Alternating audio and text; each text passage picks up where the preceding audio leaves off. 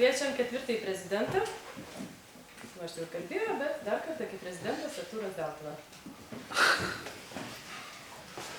Žinokit, taip laisvai nejaučiu, aš iš neturiu idėjos, ką čia darau. Išskyrus tai, kad galbūt dabar dar tas taip ir akivaizdžiau pasirodė, vat, kaip prieš tai grandai mūsų kalbėjo, tai ir tais neatmenamais 98 metais taip pat buvo. Praprezidentavo grandai ir dabar Bachūriukas į trasą.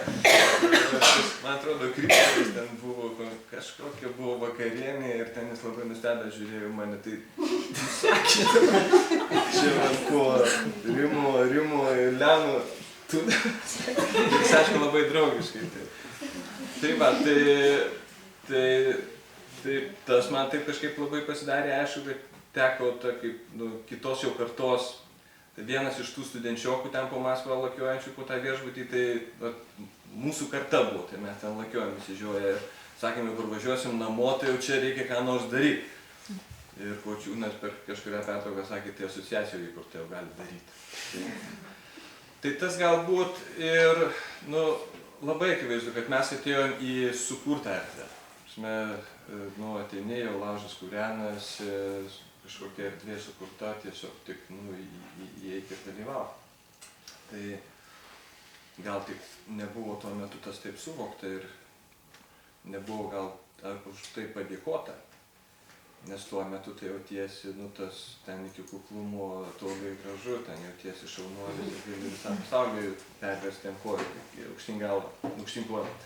Bet tas kartų kaitos aš tą labai aiškiai suprantu, kad mes atėjome į tai, kas nugyventa, sukurta ir tik jau šiukštų nesugadinti. Tai ten kažkokių aspiracijų, kad dar kažką tai daugiau, tai aš tuo metu neatsimenu, kad tvyrotų nei manyje, nei aplinkui.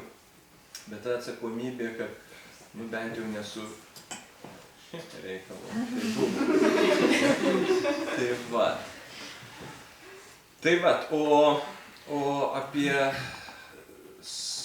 tą savo dalyvavimą, tai aš irgi dabar žiūriu, vis tiek kažkaip tai matuojasi, kurioje vietoje čia gali būti, tai irgi tas taip sutapo, kad mano prezidentavimas sutapo su laikotarpiu, kai aš keliavau iš tos erdvės psichologams ir į erdvę humanistinį psichologiją ne psichologams. Ir taip jaučiu, kad ten ir pasukau, ir ten aš ir lieku, ir džiaugiuosi, kad aš ten esu. Ir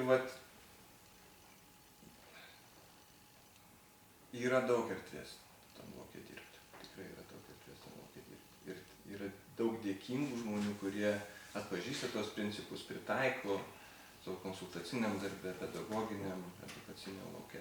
Tai tas sritis, jeigu kalbant į priekį, o ne į ateitį, tai šalia to, ką Rimas pridūrė, jo, iš tikrųjų, taigi tiek naujų dalykų prirašyta ir sukonceptualizuota per tuos 20 metų ir dar daugiau. Tai yra viena dalis, bet ir ta antra dalis atidavimo kitiems. Man atrodo, jinai svarbi yra. Taip. Tai sekantis.